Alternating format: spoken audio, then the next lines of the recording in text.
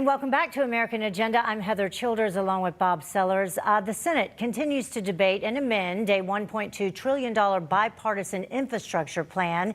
And we are beginning to learn more about what is in that legislation. National correspondent Logan Raddick is on Capitol Hill with a look at some of those eye-popping numbers. Logan.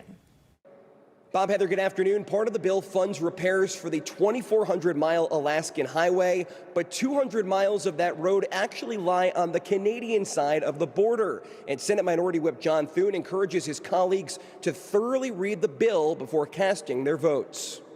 Members need time to digest this legislation, and then members need the opportunity to offer amendments.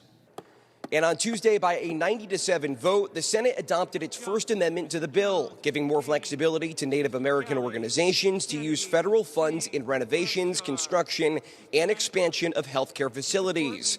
But it rejected a separate amendment from Senator John Barrasso to limit funding for building codes that restrict natural gas use. And for Republicans, there are many eyebrow-raising components to the legislation, including $16.3 billion for the Department of Energy's renewable energy and efficiency programs, $2.5 billion in green energy subsidies for schools and nonprofits, $1 billion for the Appalachian Regional Commission, an organization led by Senator Joe Manchin's wife, Gail. There's $250 million for an invasive plant species removal program and another $250 million for electric ferries. And an additional $330 million would go towards the Department of Homeland Security, which many Republicans say isn't doing enough to combat the crisis on our southern border. And the bill would also require cars to include drunk driving technology. Indiana Senator Mike Braun says the legislation is too broad. You're going to get a ton of pork in there. A lot of stuff doesn't even have to do with infrastructure, but that's how broken the system is currently. And another challenge facing the Senate is the coronavirus, with South Carolina Republican Lindsey Graham testing positive despite being fully vaccinated. And it turns out he attended a dinner over the weekend on the houseboat of Senator Joe Manchin here in Washington, D.C. The offices of Senators John Thune, Chris Coons, and Jackie Rosen, all of whom attended that dinner, say those members tested negative. And Senate Majority Leader Chuck Schumer says he doesn't plan on delaying this infrastructure process, even though while Graham is in quarantine, he's unable to vote because voting by proxy is not allowed in the U.S. Senate. Back to you. All right, Logan, thank you very much. Joining us now to discuss more on this infrastructure package is Republican strategist Bobby Eberle and editor-in-chief of the National Memo, Joe Conason. Bobby, is this what should be in an infrastructure package? No, absolutely not. And that is just one of many reasons why the Republicans should not go along with this, that they should reject it. If you add up the amounts for bridges and roads, railway, broadband, that comes out to be about $241 billion out of the 1.2 that Heather quoted. So there's a lot of stuff out there that has nothing to do with infrastructure. It encompasses the majority of the bill. We need to focus. If we truly want to repair roads and bridges, those are actually the privy of the federal government, then let's do that. But this is just an invitation to get Republicans on board so that they can pass the $3.5 trillion spending later. Joe, what do you think about it? I mean, it's 2,700 pages long, and just some of the details. It's $73 billion to kill fossil fuels, $66 billion for Amtrak, of which a large portion of it is, in fact, in Canada. Joe, what do you make of it? It sounds like a lot of the Green New Deal. I don't know what that means, $73 billion to kill fossil fuels. And move to clean energy. To force people to move to clean energy. That seems obviously to be a good idea, since the planet is heating up and you have wildfires and every other kind of natural disaster increasing. So I don't see any objection to that. That's sensible. But look, you have 17 Republicans who have joined on this bill, at least tentatively, including the Republican minority leader,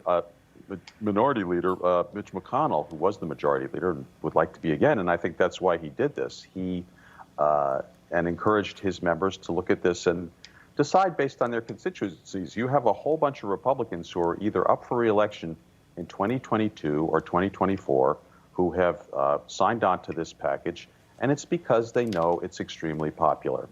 The vast majority of Americans, so nearing 3/4 in some polls, agree that we need a strong infrastructure package.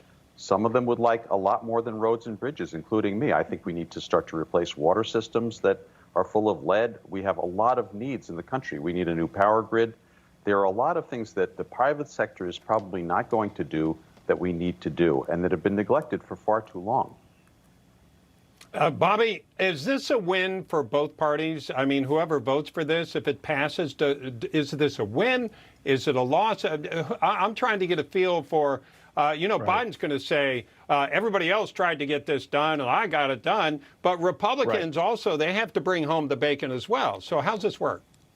Yeah, exactly. And so I would agree partially with Joe and disagree on another part, and that is that people do want infrastructure. They want actual repairs. They think that that is a good idea. But the politics of it, I think if the Republicans go along with that, that is actually going to hurt them politically. It is much better to oppose this package because, again, this is just the trap. This is the carrot to lure the Republicans in to think that they're doing something good for the country. Meanwhile, the Republicans, the far left, what they really want is this $3.5 trillion spending spree on every left-wing idea that you can imagine. That opens up to reconciliation, a majority vote only, not subject to the filibuster. That's what they really want. That's what they'll get if Republicans vote for this. Yeah, that's what they've already said that they're going to get. So a lot of folks saying that the Republicans gave up any type of power that they had in terms of negotiation. And Joe, I'll agree with you too. People definitely think that traditional infrastructure needs to be addressed and funded, but I'm not sure that $250 million for an invasive plant species removal program is part of that. Well, maybe they'll take that out in an amendment. I mean, listen, as you said, it's a long bill. If people think that's not appropriate to this bill, you could probably find a majority to amend it out. But I think a lot of the aspects of the bill that are not so-called traditional infrastructure, meaning strictly just roads and bridges, a lot of people approve. You can read the polling data yourself. People want, bad water systems changed. Most people agree that we need to move to renewable energy in the very near future. I mean, there's quite a bit in this bill that I think is supported by more than a majority of Americans. And the fact that Trump, promised infrastructure week every week and never did anything, I agree, lends a lot of power to Biden's success with this if he wins. Well, like you said, it is up for debate. We'll see what ends up being in it in the end. Bobby and Joe, thank you very much for joining us.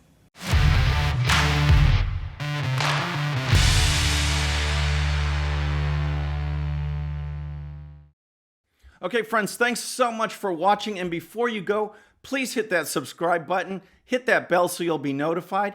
And here's a special video just for you so you can watch even more of the 13-minute news hour.